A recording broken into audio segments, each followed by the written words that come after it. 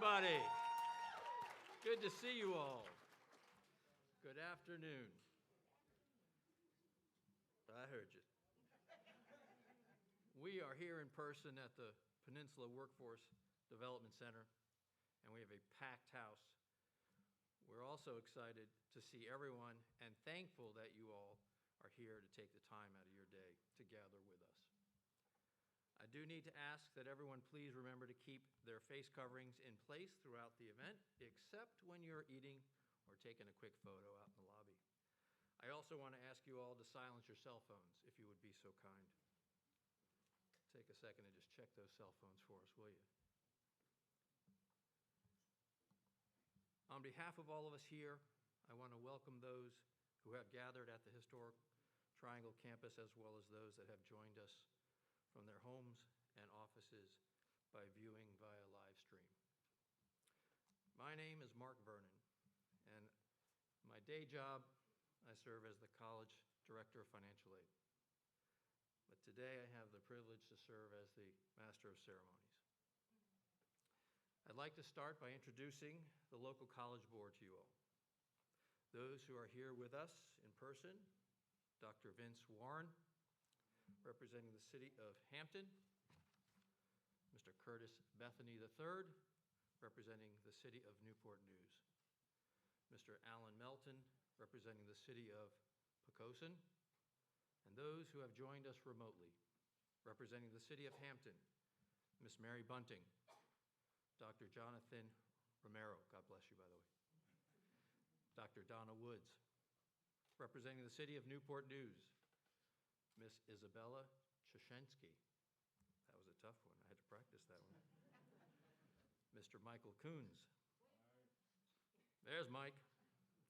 And Mr. John McMillan, Jr.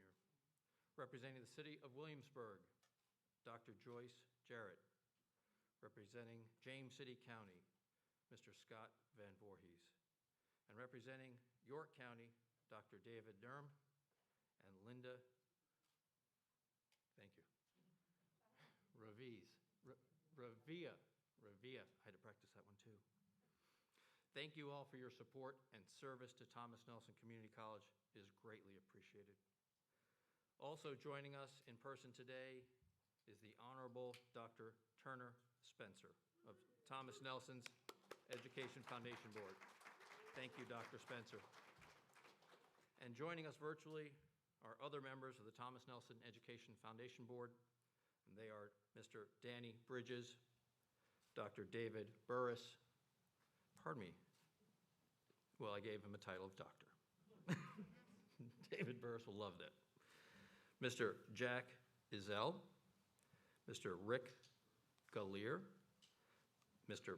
William Bill Grace, Mr. Robert Harper Jr., Dr. Nancy Littlefield, the Honorable Miss Ross Mugler, Mr. Robert Schuford Sr., Mr. Charles Souhel, and Miss Donna Wilmoth.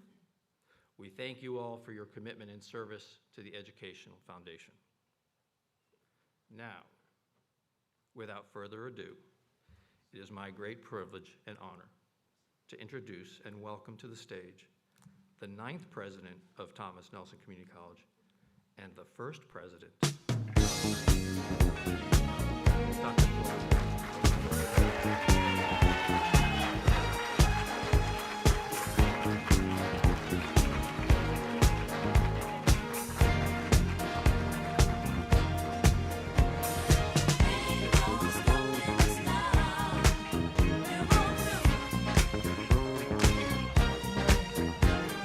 Good afternoon.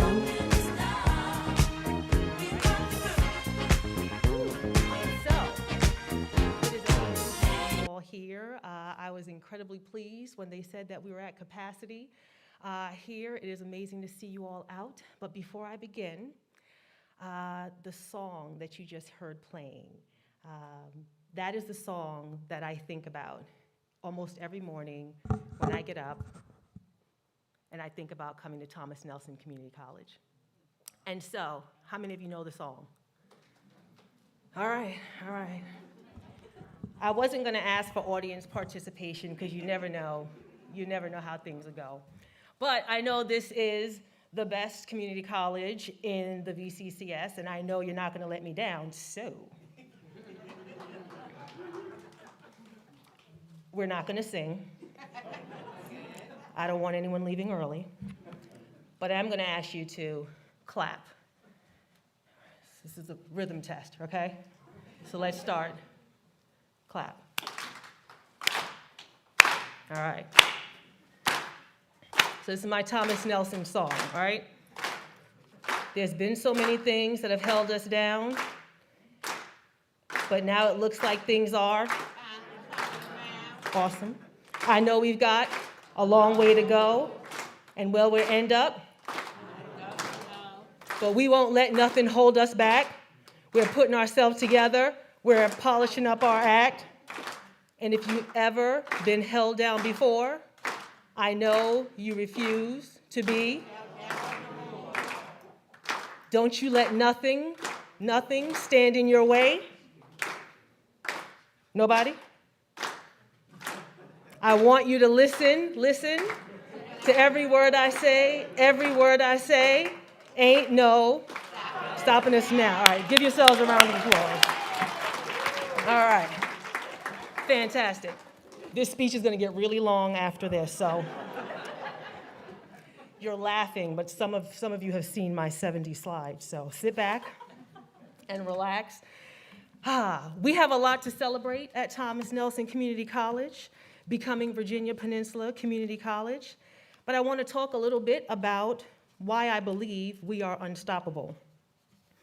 We are one of the few organizations in the peninsula that have strong relations with our pre-K through 12, four-year colleges and universities, long-standing partnerships with our military community, with local and regional and multinational businesses, with county and city agencies.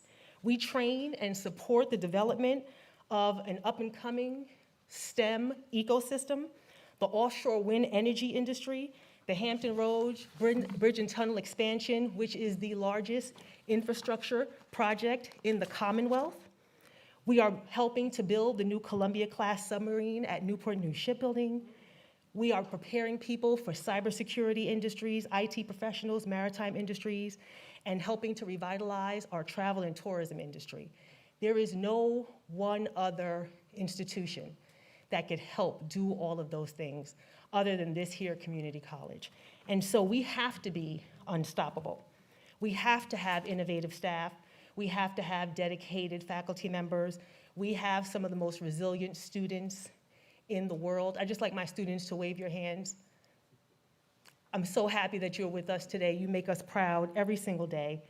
There's so much at stake.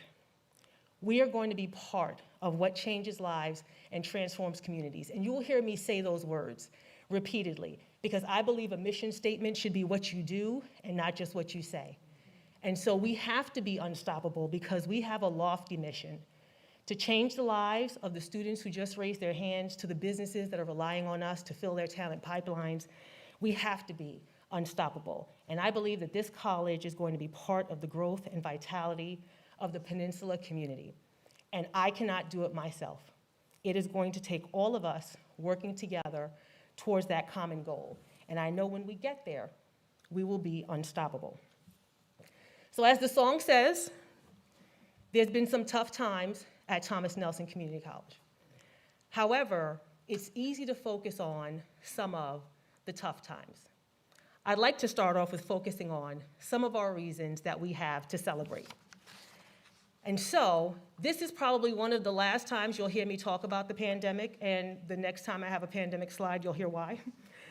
But in the beginning, when I got here in January, there was a lot of unknown, right? The vaccine wasn't widely available.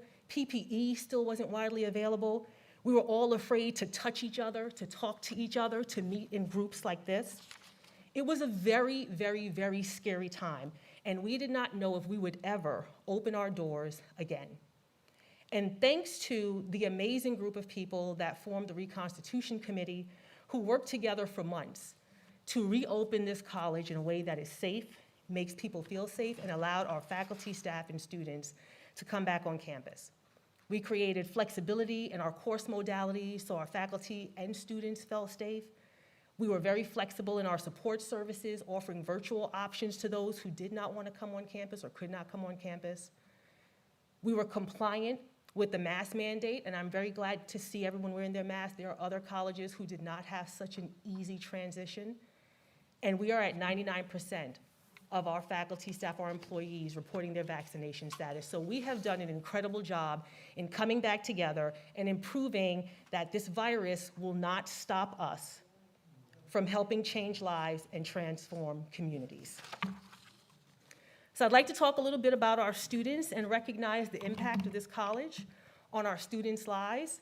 First, the growth of dual enrollment at our college has been amazing. Our dual enrollment program, when it comes to changing lives, we are giving high school students an opportunity to accrue college credit at no cost to them or their families. Many of those students can leave with an associate's degree or can have 1 year of college completed before they finish high school. And as you can see, our dual enrollment rates have grown because of the amazing partnerships that we have with our local school systems. And our dual enrolled students now represent 20% of our overall college population. And so not only is this accolades for our enrollment, but this is how we live out our mission. This is how we change lives. When you give a high school student an opportunity to be exposed to college and earn credits that they can use, either a certificate or a credential that they can take and go to work, or that they can transfer to a four-year institution. And so this is an incredible growth at our college. Additionally, we were floored to be able to give 26 students from the ACE Academy at Phoebus High School a college degree almost 1 month before they earned their high school diploma, right? That is incredible. Yes. That these students, some of these students, thank you. For some of these students, that is the last degree that they will earn. For some of them, it's just a start of a long road to academic accomplishments. And it is amazing to have been able to do that, and we want to scale up those opportunities so that every high school student who wants to earn a college degree could potentially do so a month before they earn their high school diploma. We have other partnerships that have been incredible. One I'd like to mention with Claude Moore. And this is a foundation that has said we want to expose high school students to the healthcare field early. And they fund a boot camp where we bring high school students on campus during the summer and give them opportunities to learn more about the healthcare field.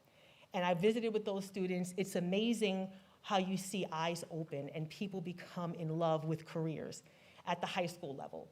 And the Claude Moore Foundation is invested. They come to visit us. They love to see that we are creating the next generation of healthcare professionals. And as we all know, as the pandemic has shown, we are thirsty for healthcare professionals, and introducing students at the high school age guarantees that that pipeline will remain strong.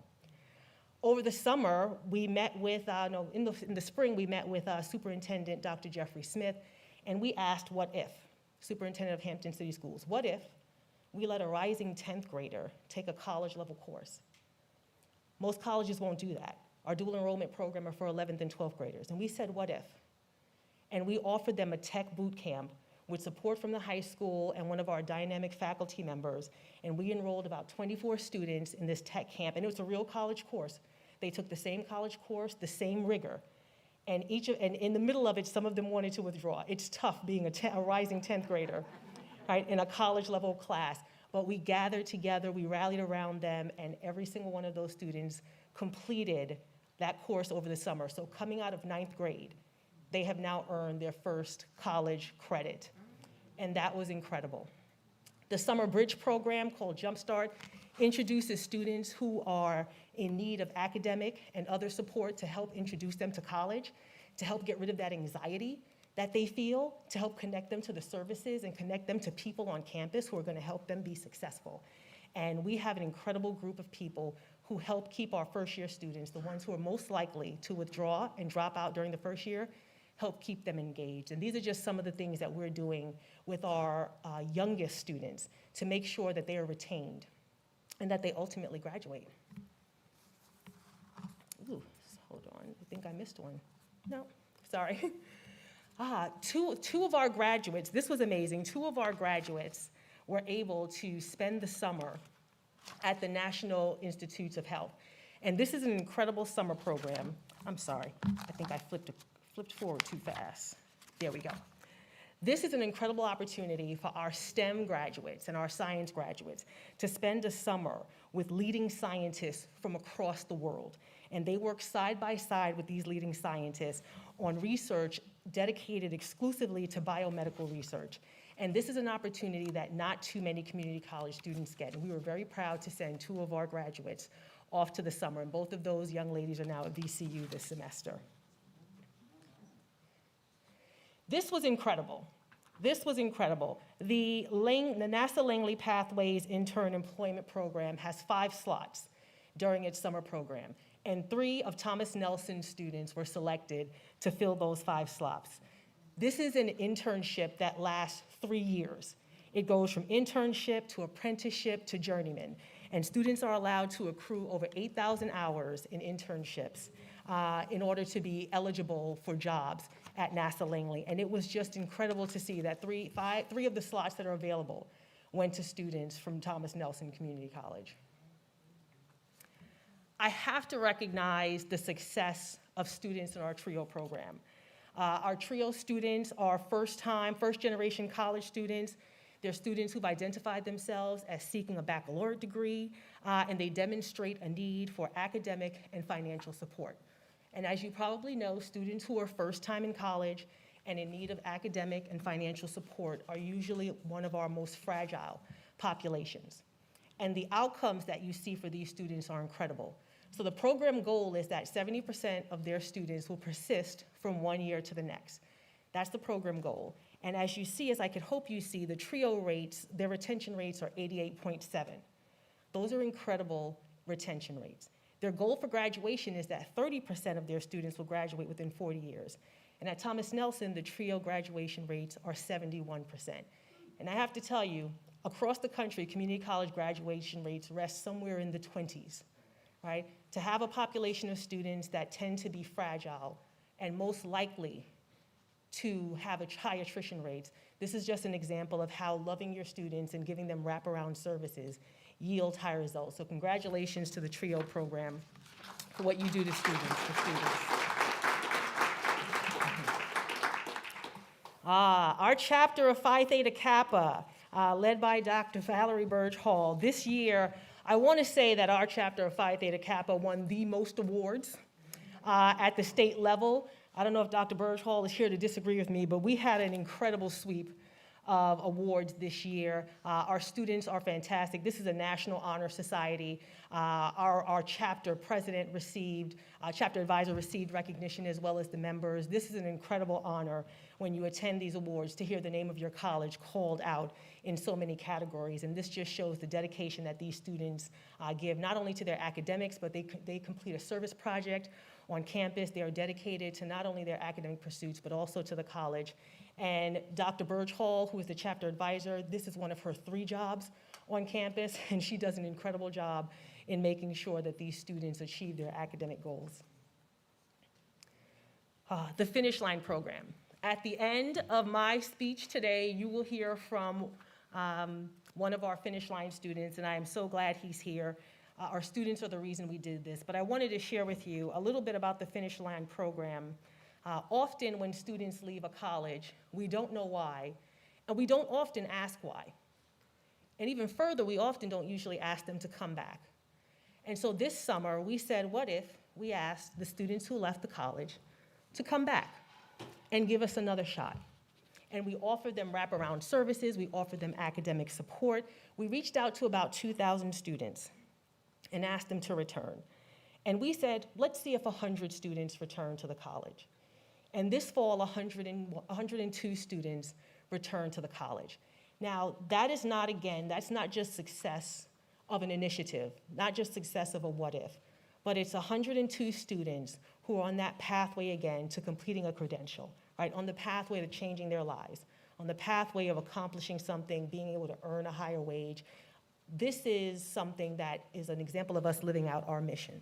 And so I wanted to share with you just a couple of the comments that we got from our students. Our students are the best. We thought that they were the best thing on earth. We were so happy to see them come back. And they said, I'm just an ordinary student just trying to get my degree. I always had the intention of returning, but work obligations got in the way. And that's the story of so many of our students. But sometimes just saying, hey, come back and we'll help you, is the best way to get them to come back and then giving them the support that they need. So Finish Line is another example of us living out our mission. So I'd like to take a minute just to brag about a number of our programs that were recognized this year. This accolade was awarded, I think, just last week.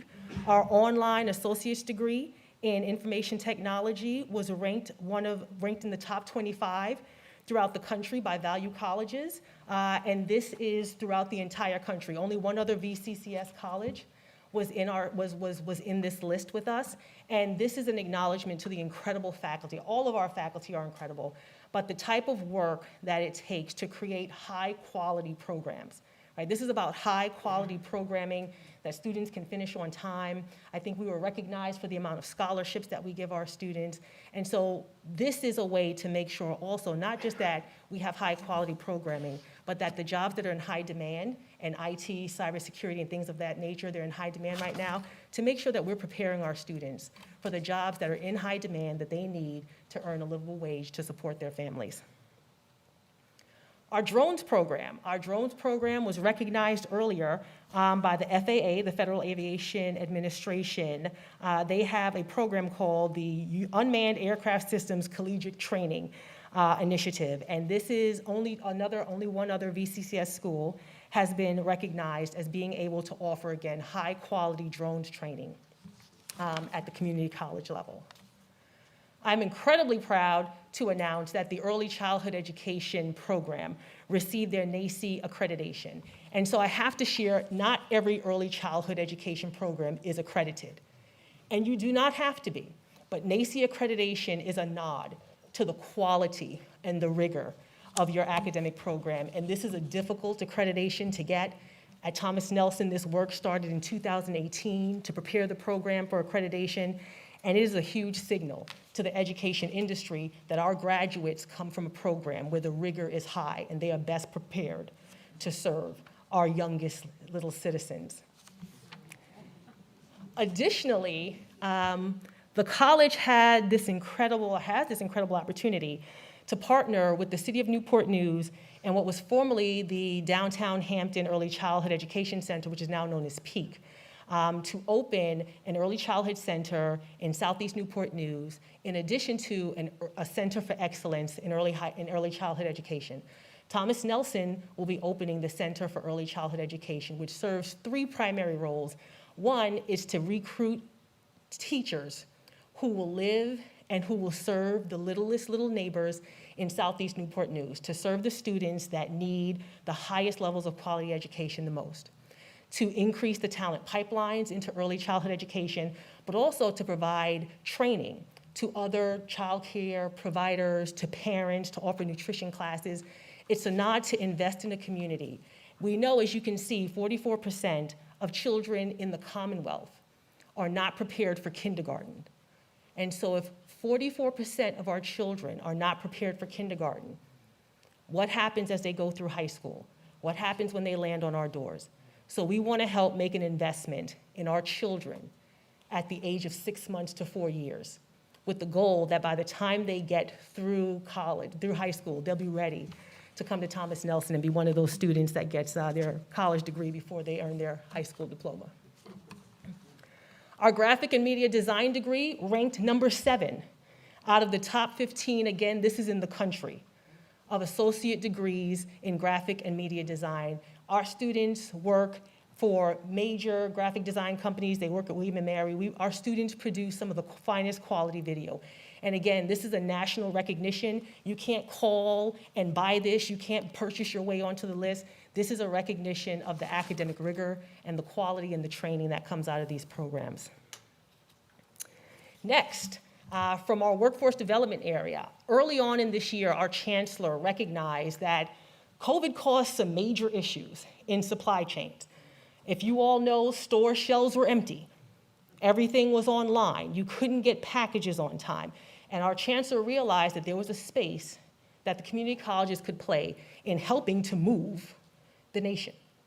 And so we partnered with this company called Ancora, which is one of the gold standards in commercial driver's license training, to say, if we can get our citizens trained to get their CDL license, we could help move, we could help address this national issue. And so Thomas Nelson was the very first college, and I think we still may be the only, who have partnered with Ancora to provide CDL training for the members of our community. And we had our first class in the summer. We've already moved on to our second class.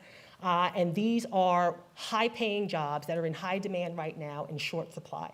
So we're very proud to be the first in the system, and so far I believe the only still in the system. Second to last is our collaboration with our other sister community colleges. So there is something called the Community College Workforce Cooperative.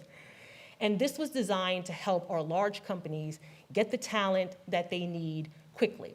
So for example, the offshore wind energy is coming to Hampton Roads area. And when Dominion Energy calls and they say, we need 500 welders, they don't want to have to call this college, they don't want to have to call separately Tidewater, they don't want to have to call Paul DeCamp. They want to be able to call one agency and have that agency figure out how we will obtain and train and produce the welders, the pipe fitters, the electricians that they need to support their industry. And the Community College Workforce Cooperative is that. And so what you see there is myself and the two other presidents from Paul DeCamp and Tidewater Community College who have partnered to make sure that the employers in our industry have the talent that they need and they get it quickly and efficiently so that we can be seen as the go-to for talent in the community. Out of our relationship with the CCWC, each of our colleges received $117,000 to help prepare more people in our community for jobs in construction trades. As you know, the construction trades business is booming, and as with all other industries, talent is in short supply.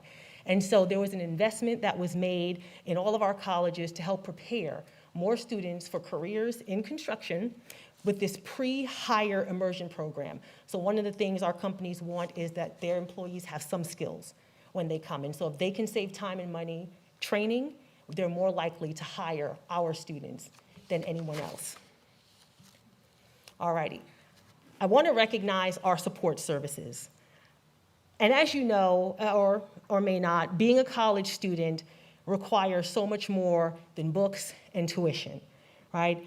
If you work with students, you understand that there are so many things that can derail a student's time with us. And a lot of times those wraparound services are just what a student needs to keep them here one more day. And so I wanted to recognize first our food pantry, and the food pantry also has a clothing drive. If you have any wonderful winter clothes that you'd like to give away, we will be accepting them. But our food pantry, what was amazing, started in only 2019. And during the pandemic, we served over 1,500 students during the pandemic. We still have drive-by foods. We still pack up foods. Our nursing students help us with packing up foods and giving it to our students. Our students are in need. And a bag of food sometimes is all a student needs to stay in class or come to class one more day. We also won this fall a $4,000 grant, which is going to help us fund expansion of our food program. As you know, toiletries are just as in high demand as food. Things for just your basic decency like deodorant or cleaning supplies are things that are not usually found in a food pantry, and this grant will help us do that, as well as create something called a Healthy Wise program just to help educate our students on making healthier choices. And we're getting a refrigerator or freezer very soon, so that's gonna allow us to provide perishable foods and more healthy options to our students. This is an exciting day in October, and many of you were there. The Hampton Roads Workforce Council has opened CareerWorks at the Historic Triangle campus at our Historical Triangle campus.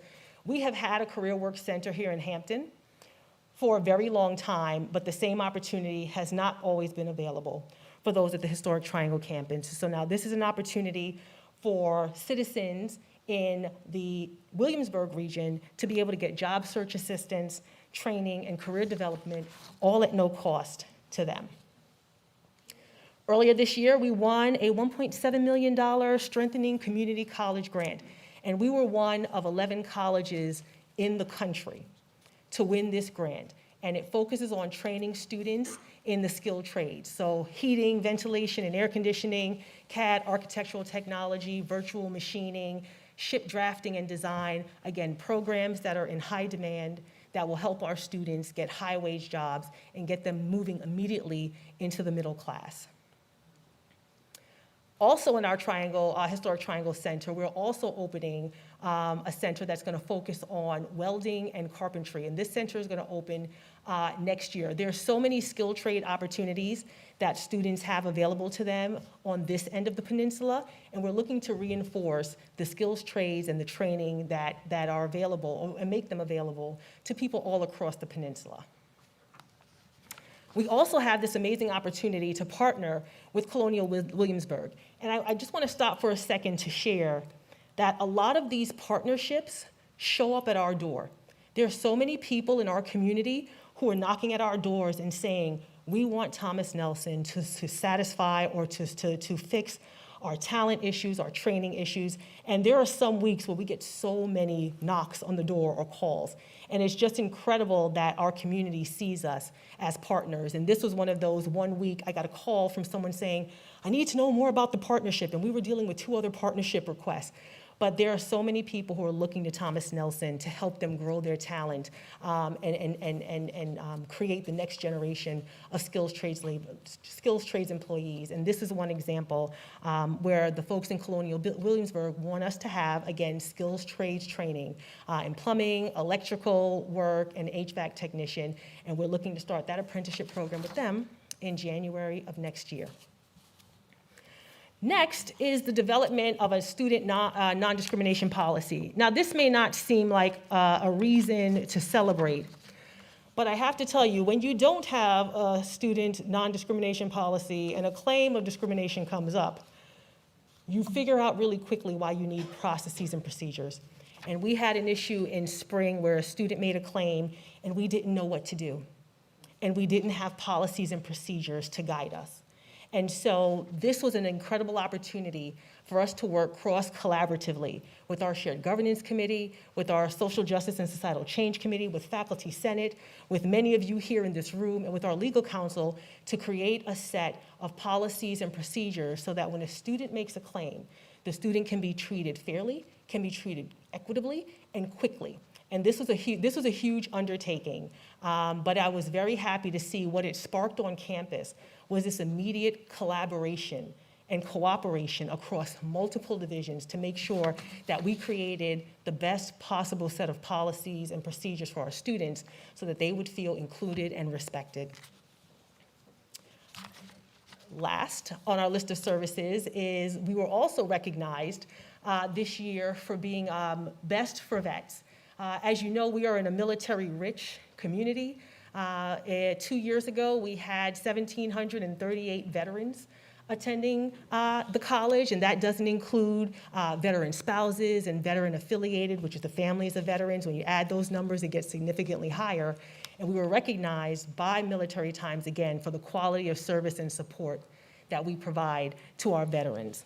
We're also working with a program called GEM, which is General Education Mobile, and this is for active duty servicemen who are actually attending the Community College Air Force.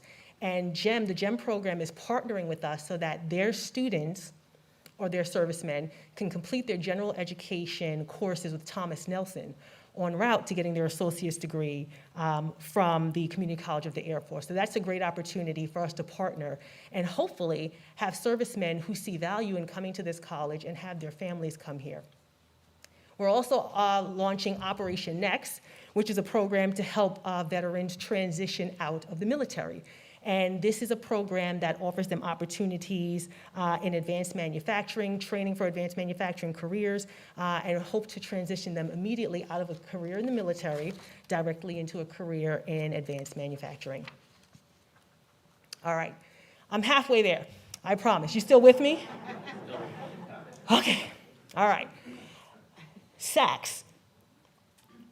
SACS accreditation is not always the most sensational thing to talk about. But when your college is not accredited, you tend not to have a college. So, it's always a very exciting time for those who work here when it's time to get your 5-year and 10-year reaffirmation. And our 5th-year report needed to be submitted this September, and this was an effort led by Mr. Stephen Felker, who is our Director for Institutional Research and Effectiveness.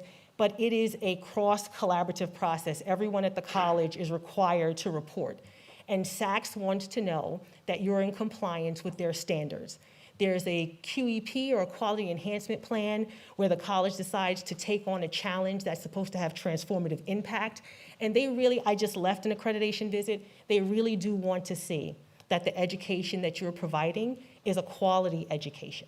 And so we submitted our report in September, and we will hear in December whether or not we get to keep our accreditation or not, but I'm absolutely certain that we will. This team did an amazing job, and I think we're doing amazing things, and I have no worries that we will be fully accredited for another 5 years. Thank you. All right, you may have heard that we have a new name. Give a round of applause to the board, please.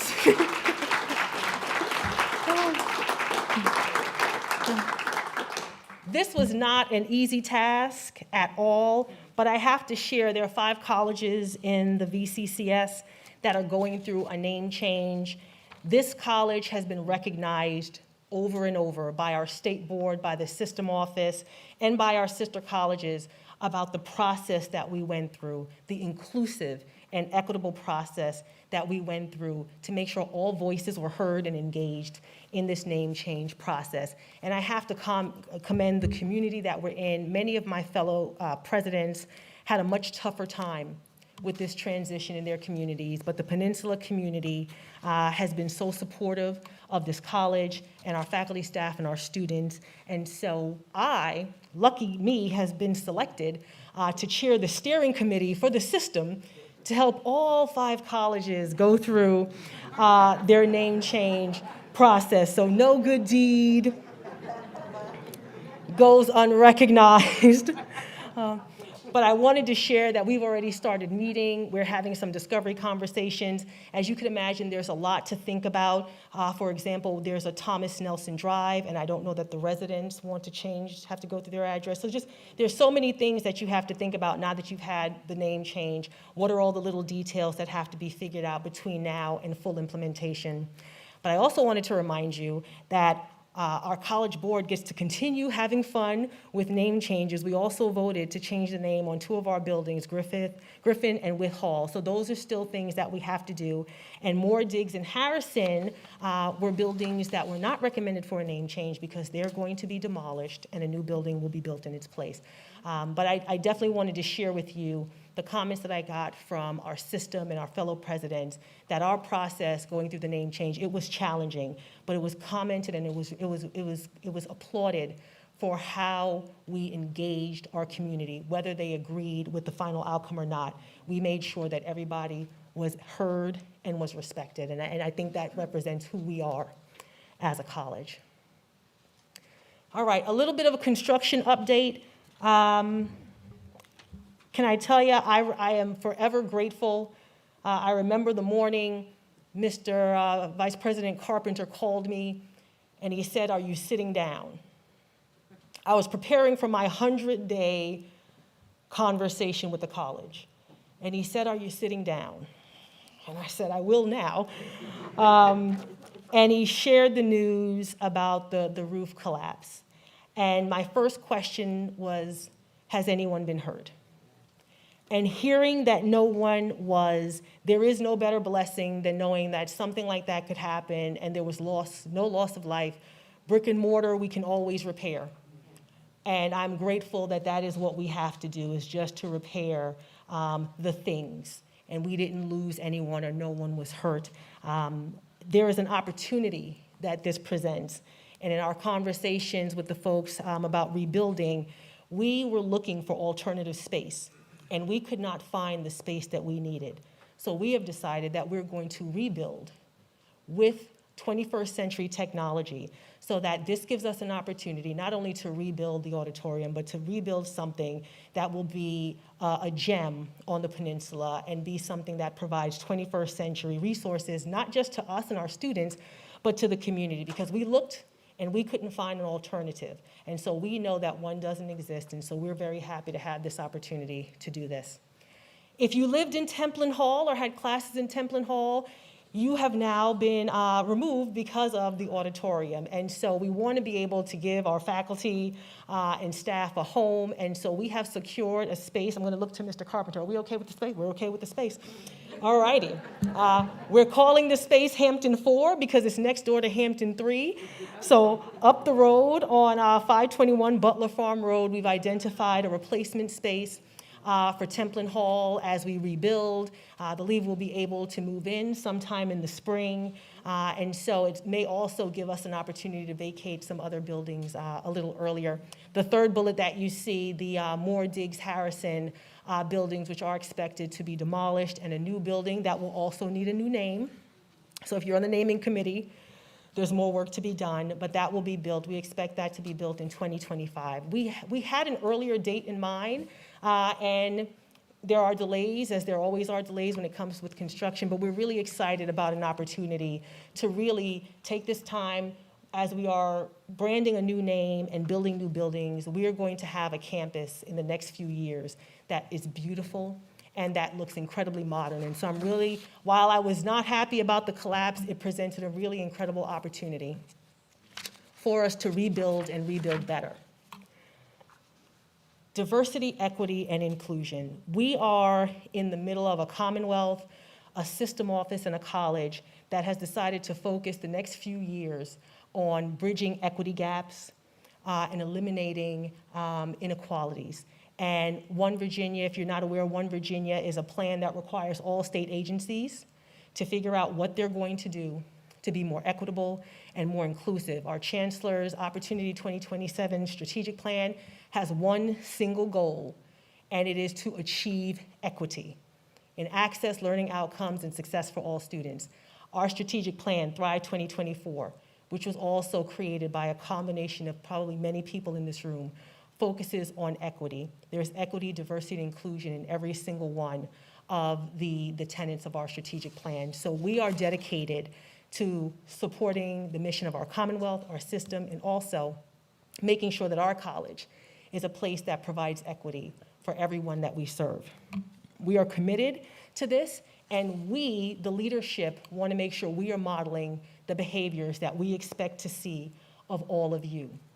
And so because of that, we have created leadership development training. I asked my cabinet, do you feel comfortable leading a strategic plan focused on diversity, equity, and inclusion? And all of us, including myself, said we could use some more training. And so starting this month and going through next February, we are all being immersed in training. And some of this training is being provided by our own faculty to help us increase our own competence and our confidence in having tough conversations and in creating more inclusive and diverse spaces on campus, in our offices, and in our classrooms. And so what you see here is just a list of the first sets of training that we're going to go through after we have our training. And this is not just the cabinet, it's also senior level leadership. We'll be working with our HR colleagues to create these same opportunities for everyone on campus. All right, our foundation. We have a lot of unfunded initiatives. There's a lot that we want to do as a college, and innovation is not always funded, but we want to move forward anyway. And so we will be relying very heavily on our Education Foundation to help us fund some of the initiatives that we know are critical, that are going to have significant impact, not only at our college, but in our community. And so I wanted to share with you, Joe, just a little bit of the successes. What I really thought was commendable is when I look at the year, the third bullet on your list, 2020, 2021, during the middle of the pandemic, we raised $365,000. And considering that those were tough times for many people, for me, it also says that people still see value, not only in higher education, but in this institution. So we've set a goal for ourselves for this year for $626,000. And my team knows I'm incredibly competitive, so I didn't want to say it, but I'm going to say it now since Cindy's here. Like, I'd love to see us reach $1 million, you know. That's a key up for when Cindy reaches out and starts asking. But this is what we want to do. Transforming communities is difficult, but you can do anything with some great funding. And so I was very proud to see that in 2020, during the midst of the pandemic, we were still able to raise a significant amount of money. And that tells me that there's an interest in the work and value seen in the work that we do here at Thomas Nelson Community College, becoming Virginia Peninsula Community College. All right, shared governance. Some of you may remember, I started officially in January, but my first set of town halls were in November. And I attended a number of town halls with many of you, and it was very clear that there was a lot of frustration with administration. There seemed to be a perception that there was a lot of top-down decision-making, not a lot of transparency, and not a lot of communication. And I heard that loud and clear and frequently. And you all heard this when I stood here during my interview. You've heard this since I started in January. I am committed to shared governance and shared decision-making. One of our former cabinet members used to say, there is no one of us who is smarter than all of us. Each and every one of us has something to offer. Each and every one of us have a unique perspective and can shape the lens that we make decisions through. And so I have been, and I stay committed to collaborative decision-making.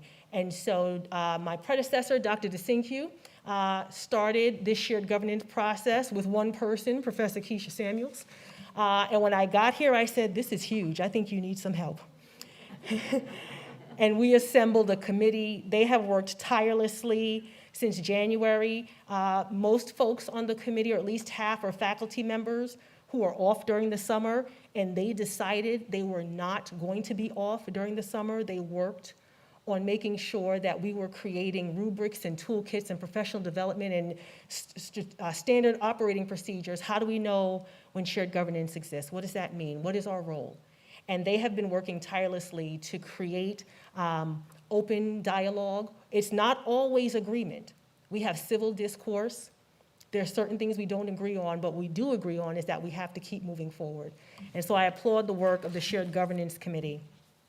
In order to be an inclusive college, we have to have collaborative decision-making. And so this is an effort, and I'm very proud to see where they will be going. They have a webpage that they're launching. They have a philosophy statement. They're working on professional development and training. We really want this to be embedded in the fabric of the college. All right. So that's the good stuff. Lots of good reasons to celebrate. But we also have some challenges at our college. We have challenges that make us vulnerable. Now, I'm not concerned about the challenges because we only remain vulnerable if we choose to do nothing or we choose to maintain the same behaviors that got us to vulnerable. And I am committed to making sure that that is not the case. So we're going to talk a little bit about our areas of vulnerability. Okay. Am I good? All right. Perfect. Trust. We cannot move forward if we do not have trust. You will not invest in me as your leader if you do not trust the words that are coming out of my mouth. You will not support your leadership if you do not believe they support you and you do not trust them. There are some valid reasons for the trust to have been broken. I, however, am committed to moving forward. We have a group who's looking to put together some truth and healing circles. We need to talk about it. We can't pretend that the things that happened didn't happen, but we also can't dwell in that space. So I am committed, as you see, to civil discourse. You know me well enough. Polite conversation is great, but it has to be meaningful conversation. I am committed to rebuilding the trust that many of you or some of you lost in administration, but I am also committed to moving forward. And if you are committed to moving forward with me, we will move on and we will make this college the shining light that I know that it is. So I just want to see a show of hands if you're willing to be open and honest with me and to move forward. 2 hands for Michelle, thank you very much. All right, thank you very much. Thank you very, very much. I'm going to hold you all to that. Our enrollment is a point of vulnerability. I will be quick with this. Fewer students means less money. Does that make sense? Next slide. All right. We need more students. Let's talk about our course scheduling, all right? We need to have more students, but we need to have places for them to actually attend. Our course schedule has to be effective and efficient.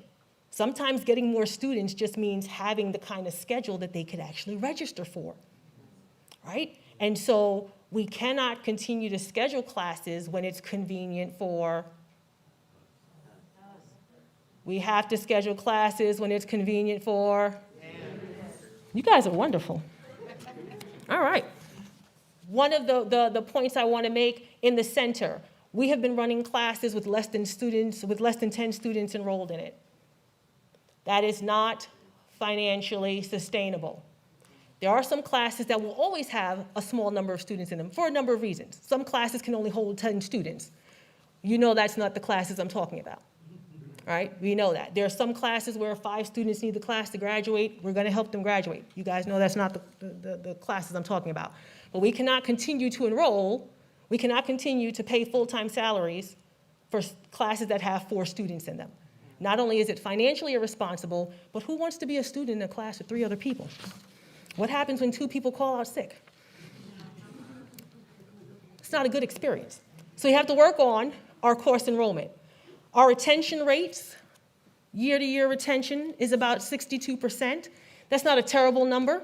It's about 2 points lower than the system average, but retention is a great enrollment strategy. If we get them in and we keep more of them, that's a good thing. It's much harder to recruit a new student than to retain a student. Recruit a new student than it is to, it's much easier to retain a student than it is to recruit a new student. So we have to retain more of our students. And we have to ask ourselves, what are the reasons our students are leaving us? We have to be open and honest about that and fix it. Our 3-year graduation rate is looking pretty good. Our 3-year graduation rate has risen. 10 years ago, our graduation rate was 11%. That's bad. That's not good. But it's 28% now. So we've doubled our graduation rate. That's wonderful. There's still room to go, right? Not just because we want to increase our graduation rates, but that whole transform communities, change lives. You cannot change lives and transform communities if our students are not completing what they started. So we have to make sure we get more and more of our students across the finish line. I want to talk about our budget for a second. More students enrolled, more revenue, right? Our budget is primarily funded by what you see here, tuition and state revenue. So we have to have more students to increase that portion of our budget because the state revenue isn't going up. It's not getting any higher. So one of the only things we can actively do to increase our revenue and to have a safe budget is to make sure we have more students. Now I have to pause and say, and I'll say this every time I get an opportunity, Vice President Carpenter and I have been very transparent about the budget. We have been very transparent when we say that we will not have the kind of budget shortfalls that we had before. He and I have made an agreement that as long as he and I are here, that will not happen again. And so to make sure that doesn't happen again, we take the fiduciary responsibility to make sure that we operate effectively and efficiently. And I have to be open and honest with you about that. Because when you come to me with a passion project and you're telling me, Dr. Brandon, it transforms lives and changes communities, I'm going to ask you, is it fiscally sound, right? Can we afford it? Have we looked at the budget? Mr. Carpenter's going to ask you, what are you going to give up to get the thing you want? Have you heard that before? I heard that before? We have to make sure that we take care of the college finances. We're okay for now. The first bullet says we're short $1 million. That's not good. But we have CARES Act funds that will keep us safe for a little while. But I'm sure none of us expect these CARES Act funds to continue coming in. So we want to make sure that we operate in a safe way. All of us have short staff. Many of us have one office, one-man offices. Some of us, raise your hand if you're the one-man office. Okay? We're vulnerable there. Professional development and training. When institutions have difficulties with their budget, some of the first things they do is cut professional development and training. But each and every one of you are the greatest resource that we have. So we have to invest in our human capital. We have to reallocate funds to make sure that you are the greatest resource that we have, and especially since we have such staff shortages. All right, an area of vulnerability, the southeast area of Newport News. This is one of the most economically disadvantaged areas in our community. This is where we can change lives and transform communities. But only 169 people of the almost 25,000 residents in that area have attended Thomas Nelson Community College. We have to bring the education to them. If you live in that area, you know transportation is an issue. You know they have competing priorities. This is an area that is incredibly underserved by the college, and we have to bring the education to them. So I'm working with a group of our faculty and our staff. We'll be reaching out into the community to figure out how can we have a positive impact in that community, and that's our commitment to changing lives and transforming communities. The departure of our African American males. So student attrition, there's student attrition across all populations. But student attrition of African American males is 57% over the last 10 years. That's significant. We have to find better ways to attract and retain not just all men who have gone missing from college, all students, but the population that is most effective, and that's our African American males. Our businesses are telling us we want folks who have talent. Our students are telling us I can't get a job because I didn't have the training. We have to figure out how to increase our apprenticeship, externship, and work-based learning programs, especially in the skills trades, because that is the most high in demand. We will not be able to ready the workforce unless we have a huge focus on apprenticeships, externships, internships, and work-based learning. And the last time you'll hear me mention the global pandemic, I have decided, just so you know, that the flu arrived, the Spanish flu arrived in, anybody remember? 1918. Does anybody remember flu season 2018? 100 years later, the flu is still here, right? There's a chance that COVID-19 might be here for a little while. So I don't want to dwell in the fear and uncertainty. We have to live our lives as if this may be with us for a while. How do we move forward? And I'm committed to us figuring how we move forward, how we not live in fear of a virus that may be with us for a long time. Our last vulnerability, I couch as health and wellness. We worry a lot about our students, but we also, our faculty and our staff, we are struggling with health and wellness. This week alone, there's about 4 members of this college who lost a loved one this week. I can't keep up with the condolence cards that I'm writing. People are struggling. And we come to work every day, we put on a brave face, as do our students. Please make sure you speak to your folks, say hi. When you say how you're doing, mean it. Don't let them just say everything's okay.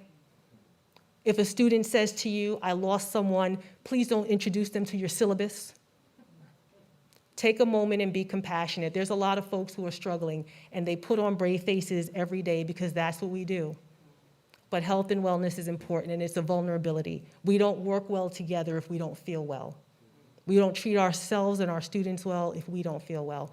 So health and wellness, a little bit of a challenge. Quickly, there are some leadership changes that are coming down the pike. I don't know, she may be online, but our Vice President for Student Affairs, Dr. Chris Rearig, is retiring next year. And we have some changes or reorganization that we're going to do in Student Affairs. Instead of replacing the Vice President of Student Affairs position, we are creating a vice president for enrollment management. Raise your hand if you wonder why. Right? We have to focus on enrollment. We have to focus on enrollment. And we have identified in our student affairs division, Dr. Janetta Hollins, who's currently, is she here? She's here somewhere. Wave, Janetta, so I can see you. There we go. She's currently our Director of Academic Advising, but she has a long history in student recruitment, admissions, financial aid. She's an incredible strategic thinker, and so I'm really excited to start working with her on some strategic enrollment plans. We will be decoupling workforce development. A couple of years ago, workforce development was housed in academic affairs. It's not the worst model in the world, but there's too much opportunity in this region for workforce development to be an add-on at this time. And so we have to have leadership that focuses specifically on how we increase the partnerships that we have, how we work with our local businesses, and how we develop the apprenticeship programs, how we expand skills trades training. So we're looking to decouple workforce development from the academic affairs portfolio. I have approval from the VCCS to search for an Associate Vice President of Workforce Development. I am very, very hopeful that by next Tuesday, we will be able to announce a new Associate Vice President for Human Resources and Workforce Development, Human Resources and Organizational Development. The HR team have said, we will work hard, we will keep this department alive while you go through the third search. And so if you would give me a round of applause for our HR department.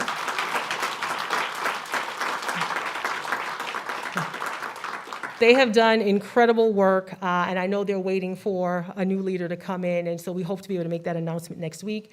We also had the departure of our STEM dean last Friday, and so I'm working with Dr. Schaefer on identifying what we're going to do, what our next steps are, if we're going to have an interim, when that search will begin. I do want to share that I am absolutely sure this is an amazing college to work for. I wake up every day very happy that I work at this college, and I see these as opportunities for us to bring in talent that's going to really help us continue to build on the legacy of excellence that we already have here at the college. So, I'm almost done. No one's making me wrap up. Is this like presidential privilege? No one will tell me to get off the stage? All right, so very quickly. All right, I'll make it quick. The most important thing I want you to take from this slide is excellence is a choice, right? Excellence is a choice. If we are not excellent, also a choice. One of my favorite quotes from Hall of Famer Ray Lewis, greatness is a lot of small things done well day after day. Too many of us think about greatness, oh, I don't have a doctorate degree, I don't have a fancy title, I don't have a fancy position. Everything you do, you decide, your choice, you make it great. Greatness is a lot of small things done every day. I'm almost done before Mark kicks me out of here. All right, I want to shout out some of my great ideas people. This gentleman, Ian Taylor, he said, hey, I have an idea of how we could update all the policies through the lens of diversity, equity, inclusion. We met, he had a meeting with cabinet, we're going to do it. Next, this gentleman right here, Nick Pierce. We asked him to lead the rising 10th grader tech camp. He said, I'm going to make it extraordinary. I'm going to bring in people to talk about technology. I'm going to take them on trips. I'm going to make it awesome. It's a great idea. Pretty easy. Myra Vasquez for financial aid. She said, hey, this process sucks. All right? I'm going to streamline it. Mark, what did I say in the email? Great idea, right? Dean Paul Long said, hey, we've only got like 6 kids in the class. I don't want to run it, but the students need the class. What if I prorated the adjunct faculty rate? They get to teach, they don't lose the class. Student gets to take the class, they don't lose a semester. I said, Paul, great idea. Melissa Gray, academic advising. She said, why do all the academic departments have different policies and processes around da-da-da-da? I want to streamline it.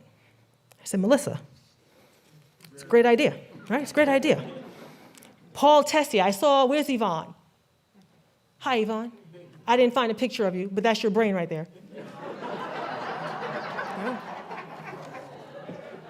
We said, hey, the system doesn't require placement tests anymore. Let's close down the placement center, the placement testing center.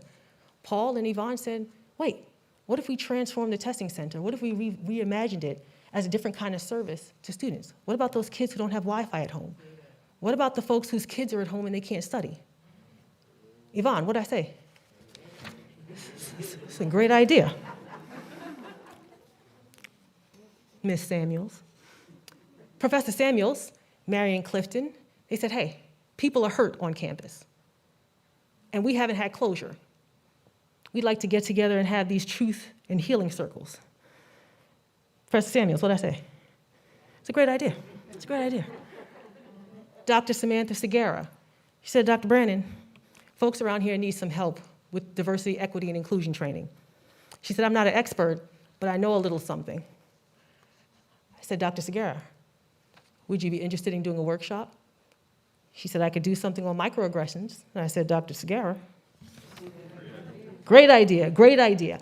Lindsay LeMay, if you ever go to anything she offers, all she has is a great idea. She said, what are we going to do on Mondays? How do I get people to hear more information about what's going on in the system? How do I create opportunities for our faculty to hear what's going on at the cabinet level?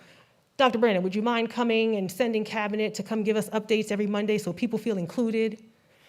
Lindsay, dang, great idea, right? Then I got my what if people.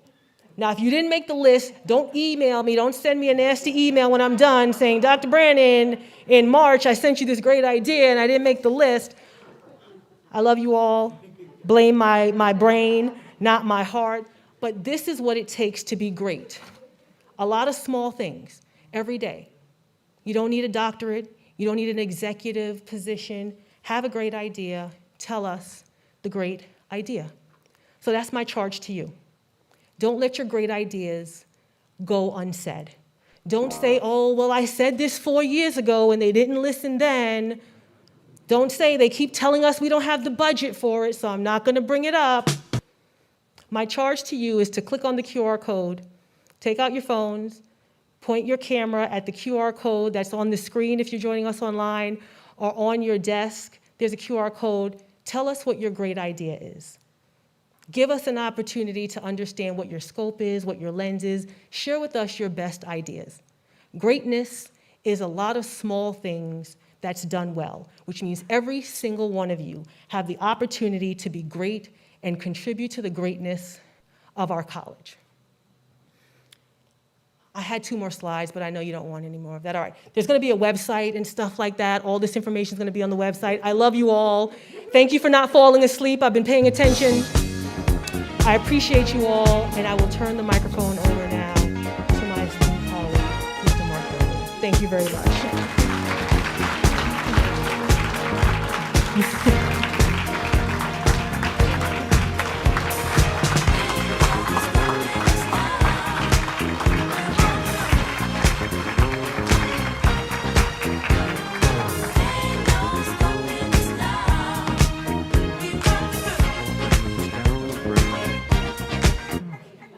The heels. Wow, thank you. Great ideas.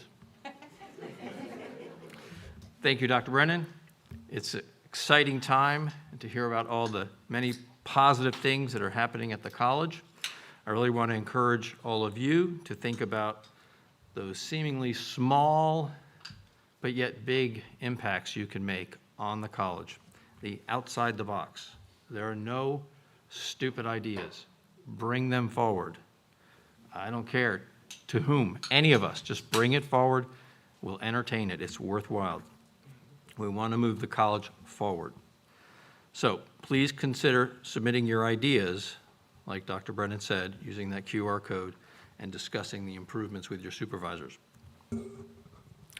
Next, we have 2 students who have been invited to share their stories with us. These students are representative of the current student body and are going to share some of their thoughts. First, Mr. Vernon Mason. I like your name, brother. Told you I was going to pick on you. A business administration student who has begun his coursework here in 2018 and recently returned in the fall of 2021. Following Vernon is our current Student Government Association President, Ms. Cherry, that we will hear from. I welcome Vernon to the stage.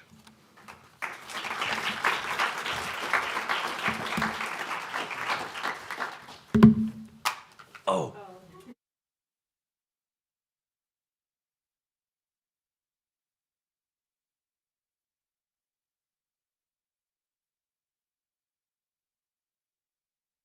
I'd like to thank Mr. Vernon for allowing me to come up here to speak today, and Dr. Brennan, thank you for this opportunity.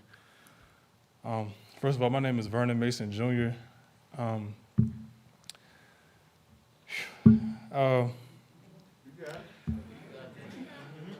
I currently started coming to Thomas Nelson from the 2018-2019 school year, but some things came up along the way, so I took some time off, and I'm a single father. I have an 8-year-old son, and I work at Newport News Shipbuilding. And I have a great support system. My aunt's here with me today. She supported me in the absence of my mother. She wasn't able to make it. I want to thank y'all, sure, for coming here to support me. Thank you. And over the past few years, I've been getting a lot of support from family and friends about me returning to school. But what stood out the most was the letter I got from Dr. Brennan. And I was at home one day, and I didn't expect to get a letter from Dr. Brennan. And once I read that letter, it showed how much she cared about us as students, and also it motivated me to decide to come back to Thomas Nelson. And I just want to thank you, Dr. Brennan, for reaching out to me. Thank you for the opportunity. And I feel I'm just another ordinary student here just trying to finish up to get my degree. And it's the personal attention and individual outreach that has allowed me to continue my education. So this semester, I'm currently taking online classes, and it definitely has been a challenge because I'm used to being in person in class, because I'm a hands-on person. So I would like to hopefully in the spring to be able to come back to school in person and be able to interact with my professors and also with my fellow classmates. Getting to know the professors also helps us students be able to connect with each and every one of you, and to also be able to connect also with each other when we need help or when we're struggling in certain assignments or tests or even quizzes that we have to take. I'm about halfway through my work here at Thomas Nelson, and currently I am a business administration major, but I have a heart for people. I like to talk to people, I would like to connect with people, and I want to be able to have the opportunity to be able to give back to the community and be able to share my gifts. So I'm looking to transfer to get my major in human services.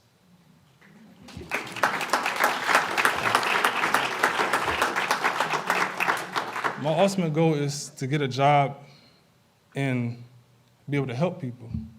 So hopefully one day I'll be able to have the opportunity to be able to be a counselor or to be able to share my experiences with other people and be able to help them along the way. And I also want to be able to give back to the community and also to those that I can help out along the way. The purpose of me speaking today is to share my story with you all.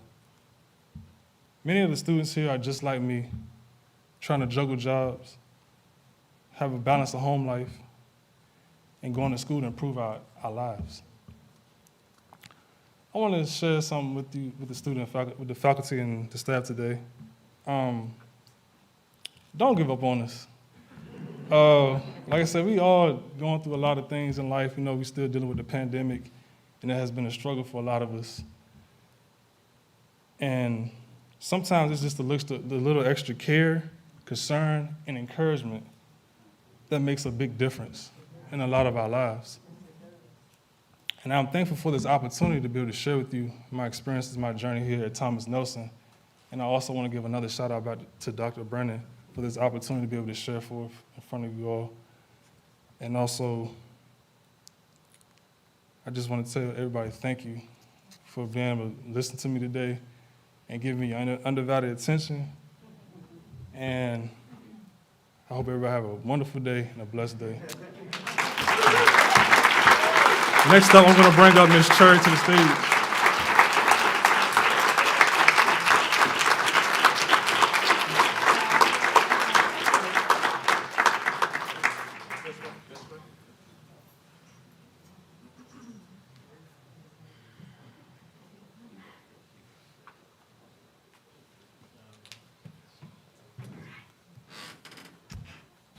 Well, hello, everyone. Whew, there's a lot of people here today, huh? Sheesh. All friends. Whew, can't see nobody's face because of the mask. Whew, all right. It was a lot easier watching everybody else up here. Now it's my turn.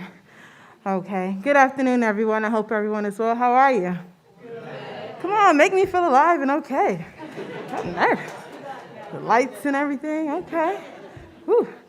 All right. Well, as they mentioned, my name is Cherry, and I am currently the SGA president. I am from Harlem, New York. All right? I know Dr. B's from Brooklyn, but Harlem is a lot better. You guys know. All right. So, all right. So I moved here about 10 years ago. I still go through the culture shock. I wake up, I hear birds and frogs and everything. And I'm like, where are the trains and the buses and the people yelling? I was supposed to make their day bright. What is this? Right? So I graduated high school here, and I tried to find my way through my full-time job. How do I go to college? How do I get what I want done? Can't wake up and be a judge, right? Kind of got to go to school. But I did know how to get things done. So my first stop, I went to a college, and I did not like how the employee there was speaking to the person. Made me feel off. I said, I got to get out of here. So I left, turned around, they never seen me again. Next stop, I went to Hampton University. They said, oh, yeah, we have a band program. We can extend you a scholarship so you can be in the band. You won't have to pay us a full ride. I said, yay! I was all excited. Then guess what, guys? The pandemic hit. Can't march when nobody's going to be there, right? Then I became useless at that point. They said, you can still go here. Who's paying? I don't have the money. That's a 4-year university. You have the money. They said, well, Miss Cherry, we don't have a band. Oh, sorry. I said, all right. That was a broken promise, all right? So I said, it's okay. I live in Hampton now, so I'm going to go over to Thomas Nelson. That was a backup plan anyway. I knew I should have went there. 7 minutes from my house. Everything was online. I knew this already. I just wanted to be in the band. I was like, come on. Pandemic's going to end. I'm going to be out there having fun, doing what I like, and getting paid, right? Education. Well, turns out I'm here. I graduate soon. Yeah. To my professor, homework is due on Sunday. I will have it there, okay? I know you're here. I'll have it there, I promise. I would not have never been here knowing that you were going to be here and not do it. It's coming, right? Whew. Well, they asked me, some questions, and they asked me to be here and speak, and I did want to just go ahead and mention a few things, right? So when I got here, what kept me in the door from the other school, right? Well, I called up, and I had so many questions, and I came across a lady named Miss Lynette. Found out her last name is Banks, Lynette Banks. I don't know where you're at. You're probably online. Hey, this is about to be a shocker. That lady, I found out, Miss Lynette Banks took about 40,000 calls last year when I signed up. You know how many of those were me? Probably half. Didn't know what I was doing, what is FAFSA, how do I figure it out? I wasn't sure in high school what I was going to do, right? So I didn't really pay attention then. Miss Lynette Banks had it all figured out. I called and said, how do I get to the department with the FAFSA? Do they have a number? What do I do? She said, well, you're going to do this. And she gave me the steps. So that made me feel good. Now, I could have went to a few people that I know and said, hey, I need help getting into school. But sometimes most people think that I have literally all the answers. I didn't want to deal with that. So I spoke with Ms. Lynette Banks, and she got me through the process. In return, Ms. Lynette Banks was able to get me set up, how to sign up, get you in school, even figured out my classes, right? I don't know how she did it, but she did it, and it helped. I'm thankful for you, Ms. Banks. And then it turns out I came across a program called TRIO, which is done with Ms. Sarah Lynn. Then I end up meeting Ms. Khadijah, Ms. Michelle, and it all happened because of Ms. Banks, because she was just helping me with these different things, right? She should have transferred me here and there, but she said, no, I know, I got it, and she got it done. Never came into school, never even knew where the school was. I just knew it was about 7 minutes away, right? Pandemic was happening. I will say, thanks to staff such as Ms. Khadijah, Ms. Michelle, Sarah Lynn, of course, Ms. Banks. Then I end up having professors such as Ms. Hall, Lisa Hall. I had Mr. David Kofi, Professor Anderson, Amy Anderson. And they were amazing, right? And I end up having to figure out, okay, what am I going to do? It's a pandemic. I'm used to being in a band. I'm around nobody. Like, I don't know anybody. I'm at home by myself all day. I'm trying to figure things out. So once everything opened up, I found out about the cheer dance team. I said, I got to get my house together, right? There's a lot going on. So I ended up trying out for the dance team, cheer dance team, and I made it. So that's where I get, I take care of that with Miss Irene, Coach Irene Barkis. Now, you're probably like, she's doing a lot of talking. I am, right? I am nervous to be up here. There's a lot of people. I can't see your face. This is like being on a Zoom meeting and everybody's screen is black. I know Dr. B, so that's good. Woo. All right. So I say that, and I mention Ms. Lynette because a lot of times people think, oh, I'm just a secretary, so I can only do paperwork, my dear. I can't help you. Oh, I'm just financial aid. You said you're looking for the bookstore. Sorry, I can't help you. And it's like right across the hall, right? Like those are things that could happen, right? That's just as bad as seeing something happen and somebody said, let me pull out this phone and put it on the internet. And they record it, and you're like, hey, aren't you going to dial 911? Just got into a car accident. Hold on, I'm hanging on here. And they're like, hold on, I'm trying to get you a good angle. That's a bad feeling, right? So I do want to take the time out to, acknowledge you all for being here for students. It doesn't seem like you are. Most of the time you really are, and you're helping more than you know. Like Miss Lynette, for instance. She had no idea I was going to call that many times. She probably still doesn't know that it's me sometimes that call her. Every time she pick up the phone, hi, thank you, and she's just as happy, and I'm like, it's me again. She's like, okay, well, how can I help you? I might have called her 10 seconds before that for somebody else's number. She just gives it to me, But if you just get out of the just a mindset, it makes you feel a lot better. Because then you realize you help people more than you think, you help them. And I do have a habit of not telling people that I'm SGA president because I want to be myself and remain myself. If you've spoken to me, you know that I can hold the conversation and won't be quiet, probably like now. But, that's just me because I like people to be themselves and not the representative that they choose to put on. It makes you feel a lot better. It makes the other person feel a lot better. And often people know when you're being weird, They're like, oh, she just wants to get me out of her face. And we're not going to come back. I'm probably going to tell your supervisor, like, that person was mean. I'm not going back over there.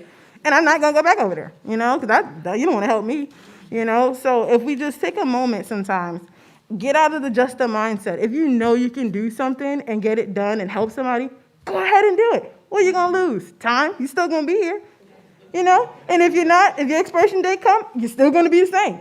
You might as well help. You don't never know that little tiny thing you do a person later will know what you did for them, and later they can say, hey, I remember when you did this. It felt good. You can be like, I did what? And you don't know what effect it has, right?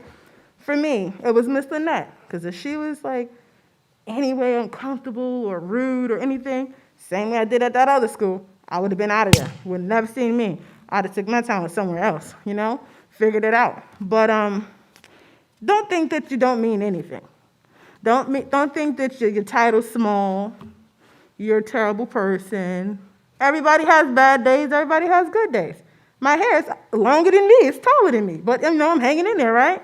So you can only do what you can and have fun doing it while you can. So that's all I really have to say. Just don't have just a mindset. Enjoy your time, and you all have a great weekend. See you later.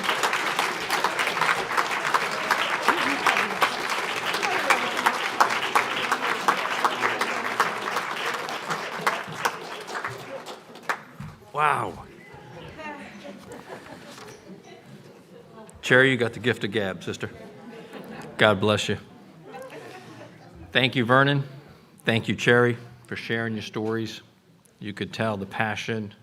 You could tell that the honesty and the appreciation came forward. It was a great reminder of the work that we all do day in and day out to change lives at this college. Every little piece matters, and we are constantly striving for perfection. And I left the clicker somewhere else, as usual. You can't trust me with the clicker. Thanks, Cindy.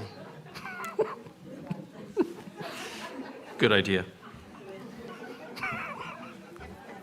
Told you, asked me to MC this. This thing's going to get out of control here. Okay, so back on track. Faculty awards. I want to take a minute to honor our faculty who held their award ceremony back in the spring of 2021. On the screen, we have listed the awards and the award recipients. Over the last year, our faculty have continued to pivot quickly and respond to students' needs, demands related to in-person as well as online course modalities, and changes in leadership while continuing to offer coursework that is engaging, challenging, and above all, prepares our students for their next step, no matter if those steps are towards a 4-year degree, emerging into the workforce with a new credential, or for a total life shift, a more rewarding career that brings them pride and fulfillment. As I scroll through these awards, please take the time to recognize and acknowledge our colleagues for their great contributions.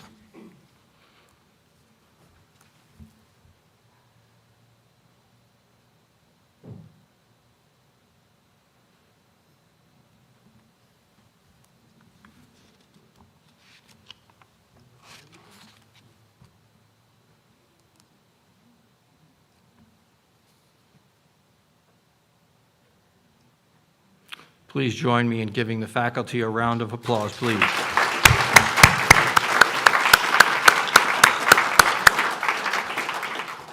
At this time, we will share a video honoring our staff who have completed milestone years of service here at the college, and I mean milestone.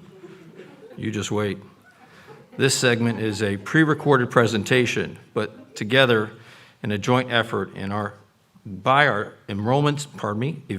event staff, human resources staff, and Mr. Harry Washington, somewhere in the back there, who is with us today taking your photos. Employees have reached these milestones years. I can't read all of a sudden. What has happened here? Employees who have reached these milestone years were contacted by the HR department regarding their service gift and will be able to pick up their certificate either in the back of the room at the PDC from their supervisor next week. When we get to your section of years of service, those who are being honored may stand in their place or raise their hand or give a whoop whoop to let us know they're in the house. Maestro, please play the presentation.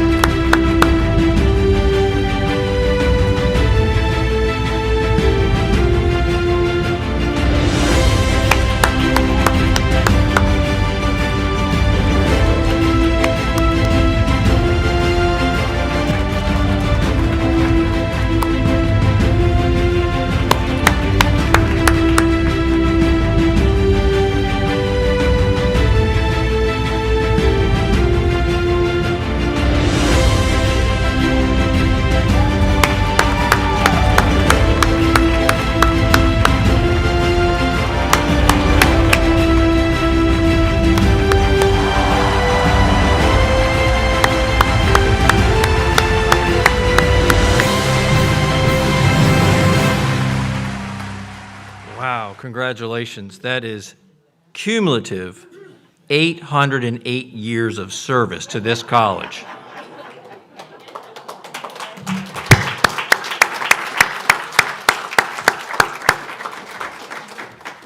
If that's not a testament that this is a great place to work, I don't know what is, but let's keep going. Employee awards.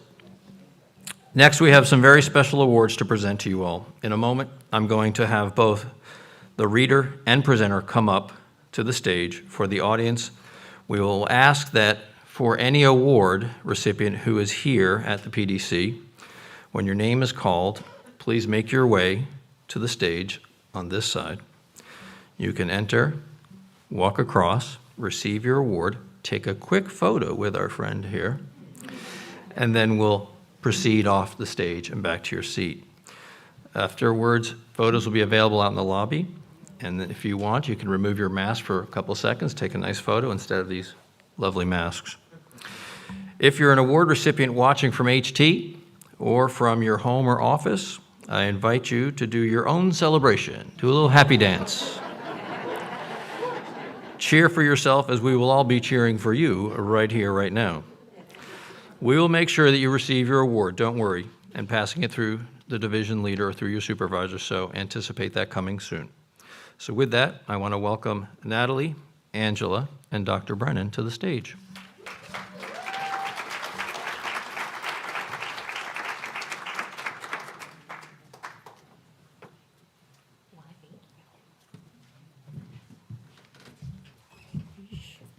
Good afternoon. Welcome, everyone. My name is Natalie Keeling from your Human Resource Department. Before we get into the special awards for 2021, we do have 2 special Years of Service awards we would like to recognize. The first is Ms. Terry Allen, who started working for Thomas Nelson on January the 1st, 1989. She began in student assignments and institutional research as a policy planning specialist, where she has served faithfully for over 32 years. Prior to that, Ms. Allen served as an institutional assistant with the Management, Marketing, and Real Estate Division at Northern Virginia Community College from February the 1st, 1986 to December the 31st, 1988. For a combined total of 35 years of service to the Commonwealth of Virginia. Terry, we know that you are watching virtually. We thank you for all that you do every day to make Thomas Nelson a great place.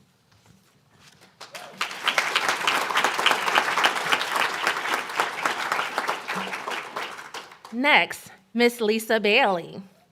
Started working for Thomas Nelson on December the 16th of 1985. She began in workforce development and continuing education as an Education Support Specialist 3, and later transitioned to her current position as a Computer Operations Specialist 2 in the Information Technology Department.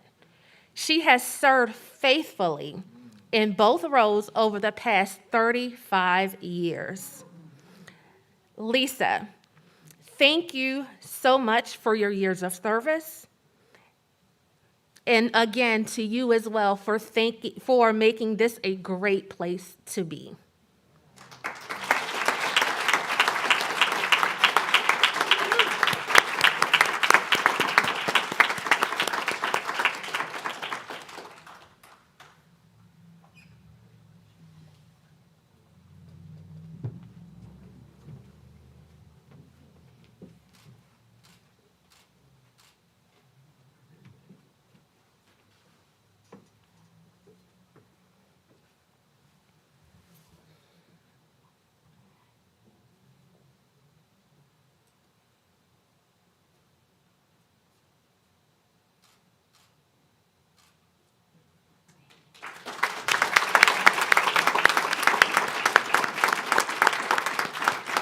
I would now like to welcome Melanie McNall to the stage to present the next award.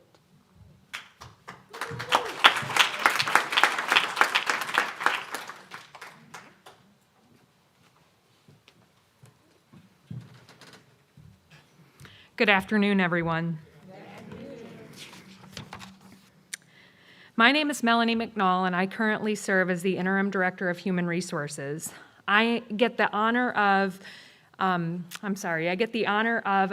the Gator Great recipients. The individuals who receive this prestigious award demonstrate integrity, commitment, and service at Thomas Nelson Community College. Characteristics for the recipients of this award are: they proactively resolve problems that directly benefit faculty, staff, students, and the public. They provide consistent and quality internal and external customer service. They listen carefully and provide accurate and timely information. They take initiative to anticipate and meet the needs of internal and external customers.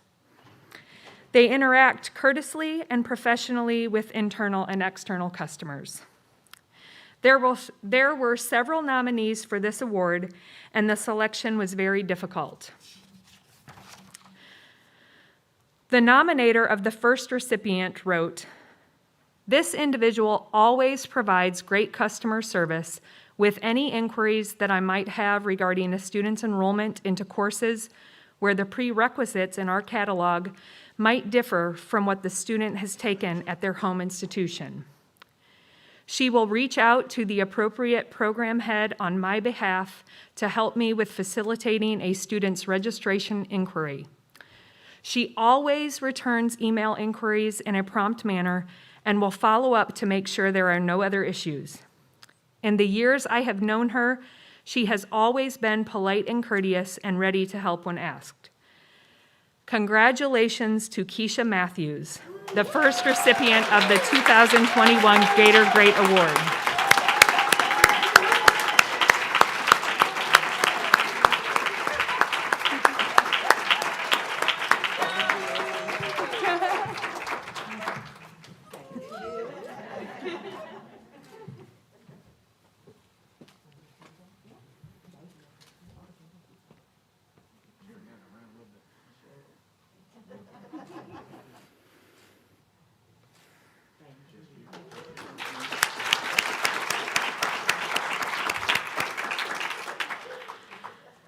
The nominator of the second recipient wrote, "This individual takes the time to get all the information from students who need math tutoring before he plans each tutoring session. He provides timely responses to all staff and students who have questions or need help. He cares about the needs of our students, which goes beyond math tutoring. Furthermore, he meets the needs of other colleagues when they need assistance of any kind. He will go above and beyond his own work responsibilities to ensure a colleague is able to get their work accomplished. He has a quiet disposition, so he often goes unnoticed. However, Thomas Nelson has a great reputation for his excellent customer service within the college and externally. That is due to his hospitality, friendliness, and work ethic. Congratulations to Leonid Lemberski, our next recipient of the 2021 Gator Great Award." Mr. Lemberski, if you are with us virtually, congratulations.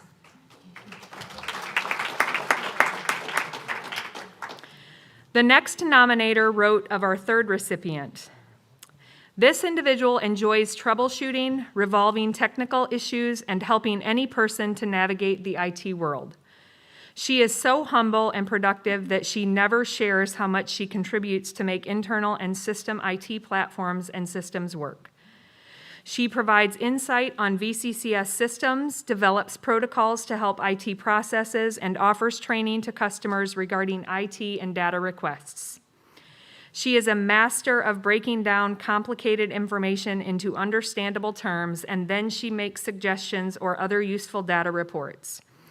I can tell you from personal experience, she is the most patient person and never makes me feel that what I am asking is bothersome, even when it's her third time explaining it to me. Additionally, she often volunteers to support others in their work, even when she has a full plate. Esther Alston for being an awesome colleague who provides exceptional customer service. We recognize you as a Gator Great. And Esther, if you're with us virtually, congratulations.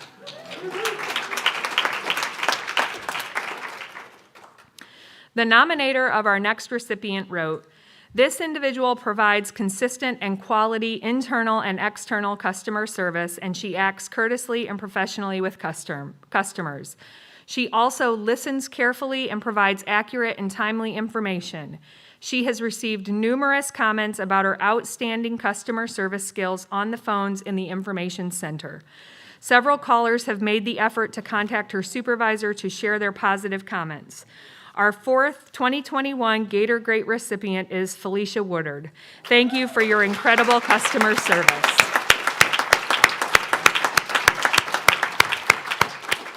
And Felicia, congratulations.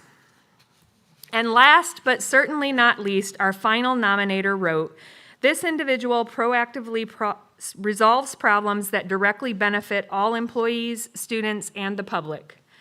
My interactions with him are invariably positive, and I find him professional and dedicated to the task at hand, typically involving help with sociology course shells, both for myself and several adjunct faculty. During the pandemic and the current period of getting back to campus teaching, he always responds to email requests for help or phone messages in a timely manner. He has gone above and beyond to save me on several occasions. When it is time to get course shells set for the forthcoming semester, his efforts often roll over into the weekend, and is not uncommon to receive email responses from him on a Saturday or a Sunday. For your tireless work as the eCampus coordinator, Jason Vance, you have received the Gator Great Award."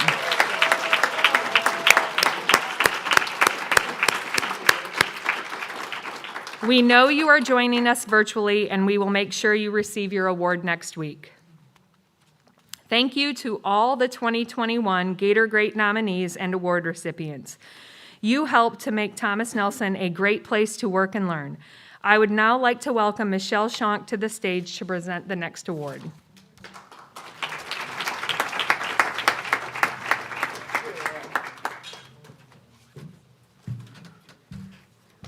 Good afternoon, everyone. I am so proud to work at Virginia Peninsula Community College and with all of you. They said, my name is Michelle Schonk, and I serve the college as a media manager in the Office of Institutional Advancement. I am the current president of the College Support Staff Association. I am presenting the CSSA Person of the Year Award. This award is presented annually, and the CSSA requires the awardee of the year to have been actively involved in the organization.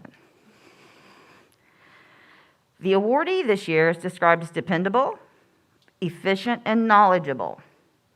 They pay great attention to detail and have shown to be willing to take on difficult projects and assist others.